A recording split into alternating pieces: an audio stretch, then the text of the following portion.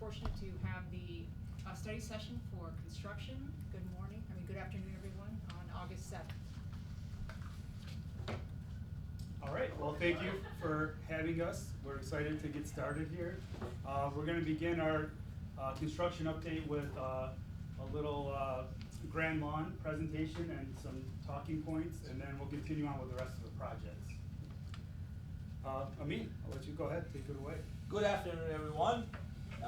Thanks for making the time. I know you have a very busy schedule, and so everybody has time constraints, but thank you for making time for this study session. The first portion of this, and I asked Mr. DeMary to be here with us, our construction partners with Provost, and is about starting the work on Grand Lawn project. I know and understand the concern of everybody that we want to finish this as soon as possible to give it back to the schools. Mike and I talked about it, and I think the solution, it's a good solution to have Provost starting on this work and have the final completion of the Grand Lawn and building B3, B4 at the same time. Can you go to the next slide? Yeah, I'm trying to, there we go. So, as you can see, this is basically the our Grand Lawn facing B3, B4.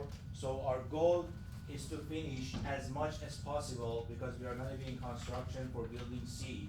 So our goal is to finish technically what you are seeing, maybe minus the row of trees that we have against the building. So because we need to give some room for the contractor of that project to work in this area.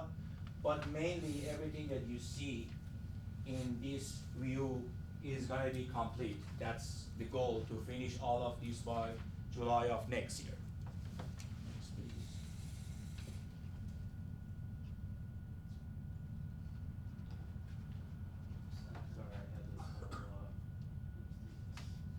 Well, we as a team discussed and brainstormed what's the pros and cons of doing this through Provost. First of all, Provost is doing a good job completing Rodeo. We are using that. Our B3, B4 is mainly on schedule despite all the challenges and issues that we have. So they are a good partner with us. By doing this, we are going to fast track the schedule because they are at the site. There is no mobilization, demobilization, and technically we don't wait for them to be done and leave the site to start the Grand Lawn. We can just have two schedules run concurrently. They have no learning curve. They have been in this site and they know everything ups and downs about the site, so we are not gonna hit any surprises, hopefully. Fewer and less general condition because they have a staff at the site. We know that the cost of general condition is gonna be less. We are not gonna have like a new trailer for this. We are not gonna have a full staff for this. They may add like a superintendent, project engineer to manage the job. That's normal. But we are going to review that very closely to make sure the cost is in alignment with the industry standards and there is nothing crazy about that. We are going to do this through a fully defined and transparent process. They are going to publicly advertise it, bid it out. We make sure we are going to have 3 proposals or 3 bids for each trade. It's not going to be complicated, the scope. I don't think we are going to have more than 5 or 6 bid packages, but the goal is to publicly bid it out. And we, as Founder Solari, we are going to collaborate and be part of the process. We are going to review the scope packages to make sure there is no overlaps. We are going to make sure that the bid coverage is good. We are going to be with them throughout the process and help them to manage the process to make sure we have competition. As I said, again, we are going to be incrementally involved throughout the whole process with them. We are not going to add one more thing. I just want to reassure everybody, we are not going to add anything to the contingency of the project. Actually, my goal is, and we discussed that, we may be able to put a portion of the cost of the project against the owner contingency, not all of that, but that's beneficial to the district also. And Mike and I both are in agreement that we are not going to give a change order to any of the existing subs. They are going to bid it out. It's going to be a public bid. Whoever gets the job is going to basically do the job. The only cons to this that, again, I think we are gonna satisfy that with all the explanation that I had, is that the concern is that we are not gonna have a competition, but again, I'm gonna assure everybody that we are gonna be on top of it, Provost is on top of it, and we are gonna make sure we are gonna get enough competition that the district is gonna get best for their buck doing this. If we don't do this, the other con would be like we have to wait for Provis to finish the project, demobilize from the site, and start the construction for this, which is gonna be another 6 to 7 months after July of next year.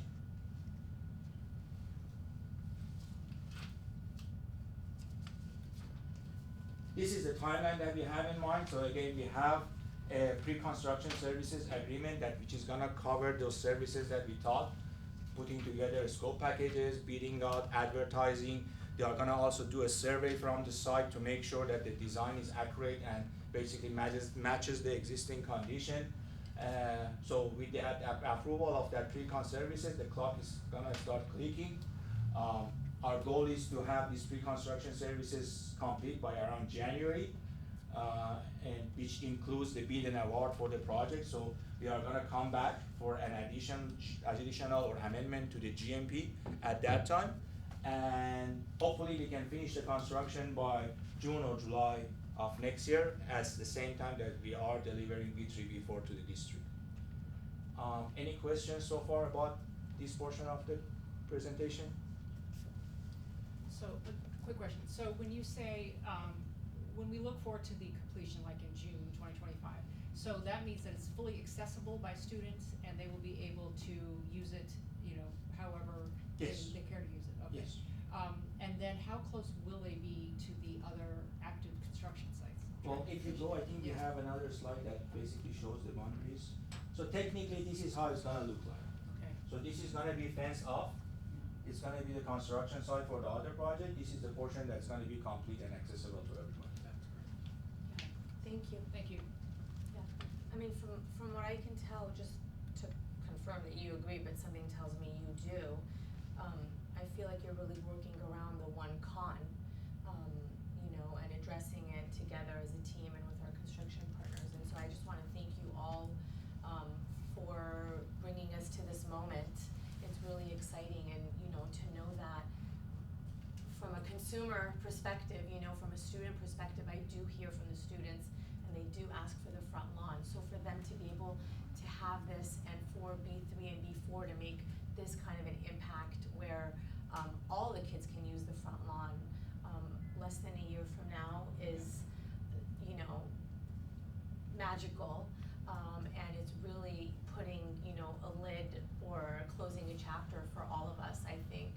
And I don't think it's gonna be fair to students to have that beautiful building and the Mhm. front of that is not ready. So I Yeah. think it's beneficial to everybody to give this way. Bless you. And Yeah. again, we as a team, we are gonna make sure that that GMP that comes in front of you is very transparent, satisfying to the competition, and also fair to the district and the contractor. Yeah, I also want to say thank you for this, because I know that we keep bringing it up over and over and over. It's been you know, a topic of conversation, and we've pushed you a little bit in this area, but thank you for doing that, because the return on that investment, it's big. I mean, even just, you know, the unveiling, it's like once that opens and people from the street that drive by, like, that they can start to see that and open up, it's gonna have a bigger you know, impression, I think, on people than what we initially thought. But I know that behind the scenes, what you're doing, because it's a small postage stamp of a space that you have. And so I also want to say thank you for that. You're welcome. Can I ask one question? Sure. I remember that in, discussions about the contract, there were, you know, some terms that we thought, looking back, they were not so favorable to the district. So I just wonder, if I assume it's gonna be an amendment, which is clarifying this, if, those nuances are also gonna be spoken to, so that this is really gonna be narrowed down. I don't think besides changing the date. Do you know what I and mean I about- don't think besides changing the date and final completion of the project, we are changing any other terms and conditions. That's not something that we discussed or we had as part of this conversation, and I think that needs a longer conversation with Provost if we wanna do it. But as far as this is scope, that's not something that we discussed. Okay. But we are gonna just have a new final completion for the entire project, and I think But that's the only. can I just speak to that? So basically, the amendment though, that we do ultimately do once we get the bids, It will just be for the bids that we received plus, you know, their markup and, No other incidentals? no other incidentals that aren't already part of their contract. Okay, thank you, that's Cause clarification. they're running concurrently, so, That's really what she's asking, Yeah, yeah. thank you. You want. I have a question. I don't know if I heard correctly, there will be this doing of the front lawn won't do anything to finish up B3 and B4 on schedule? No, No. basically, we are gonna finish both of them concurrently, sorry. It's okay. And where will the layaway the laydown area be for B3 and B4 when you start the construction? Well, gradually, that's a great question. Gradually, the need of this area is gonna be less and less. The building is at the stages that we are gonna get inside the building. Right now, Provost is moving their trailer staff inside the building, actually. I think in the next 15 days or so, they are gonna remove their trailer from the site. Our team is working to identify a couple of existing offices inside the new building. We are gonna move, so that trailer is gonna go. We also have the Veneco site that's backfilled and flat. So we can just work through that, so the construction worker can use that as their parking lot. So the need of this laydown is gonna gradually go away because everybody is gonna work inside the building. Technically, all the structural steel is gonna be complete like within less than a month. So there is not gonna be any big piece of equipment or something. There are a couple of trailers for plumber and so on. I don't think they need it anymore. They're gonna get to the finishes. Everything is gonna be moved into the building. So all of this gradually is gonna be moved out of the site. Okay, and one last question. I noticed that there are two entrances in front of the school to the grand lawn. One further north, and then the major one, which is in the middle of the grand lawn. Yes. What provision have you made for that particular northern entrance for control? It looks like we have two control areas that we have to have security for as a result.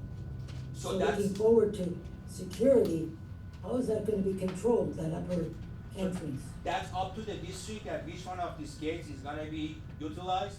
But definitely we are gonna work with the security team to make sure they need whatever they have whatever they need when these gates are operational.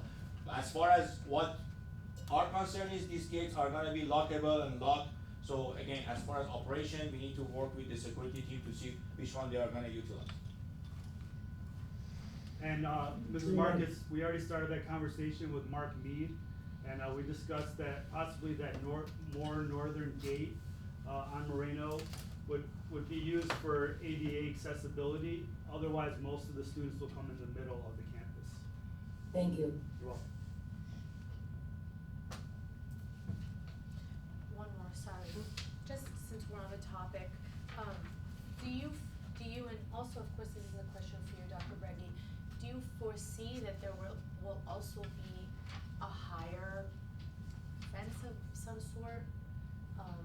Like, you know what I'm saying? So, I just wanna make sure we're taking that into consideration, starting from now. You know, how high do we wanna go? I don't have an answer for that, and I'm happy to discuss it, but I think at some point, we should discuss it before. Well, now would be the time, Yes, that's now for would be sure, the or time. if it already passed, Yeah. but right now it's about a 6.5 to 7 foot, But wrought with- iron but fence. with all the technology that you have, again, that's a decision for the board to make. This is pretty much very secure. The more you, it's like You the can always go balance of higher, that, you are yeah. gonna make it look like a prison or a school. Yes. It's just, So the 6.5, 7, for example, would you say that's what El Rodeo's current gates are at, is Yeah, 6.5, that's 7? 7, yes. yeah, I think one thing that we talked about just from a safety perspective is that if somebody really wants to get in, they're not gonna get in that way. You know, they're gonna get in through a student area or through a back way, so I think if there's going to be increased safety protocols like that, you know, around the area Yeah. would be probably better. We did talk about that with just El Rodeo too, and it's the additional cost that puts on, it gives a different look and feel to it Yeah. as well from the street. Yeah. That we wanna protect that, but, that doesn't go unnoticed. We Yeah. talked a lot about the safety part. I mean, I understand, you know, I focus on the door of my house and I have a side gate and a back gate and windows, Yeah. and so, Yeah. I get it, but I think, And I mean, also we need to consider the design of this is already complete. yes, any changes to the design is gonna impact this duration. So if Yes. we wanna go back to the drawing board and change the size of the gates, fence and so on, that would Delay. basically add to the duration Yeah. of the project. That's why I wanted to bring it up now, so we know what we're getting, because even though this looks pretty short, as I look at the, rendering, I mean, being at El Rodeo and seeing what that 6.5, 7 means is, I'm comfortable with it. And also- I think the lawn itself is a deterrent, because the amount of security we have, the cameras around, if somebody decides to jump that fence, Yep. they're gonna be on camera for quite a long time. In a before number they of get different their building. angles, too, Yeah. as Oh, well, yeah. right? Different angles. Right. Yeah. So, of course, the fence is a deterrent, Yeah. but it's also a reminder of, Yeah. you're gonna hop this, There's space. let's see what Yeah. else you're gonna get. Yeah, and I definitely like, as Rochelle referred to it, the northern access point, because I feel like if we're using B3 and B4 in the performing arts area, then at some times that will be the Yep. entrance point and not the center area. Yeah, I think what's nice is it gives us the flexibility though, to also, if there's some sort of event or, students are doing something like that, we have that flexibility for people to be able to get in In and a out. finite, yeah. Thank you You're welcome. very much. Of course. So again, you're gonna see tonight a pecan services agreement between the district and Provost to start in the bidding phase. Nothing is changed.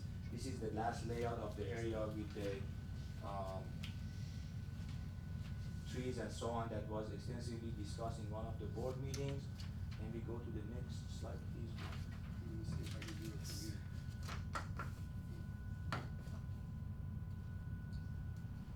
I tried.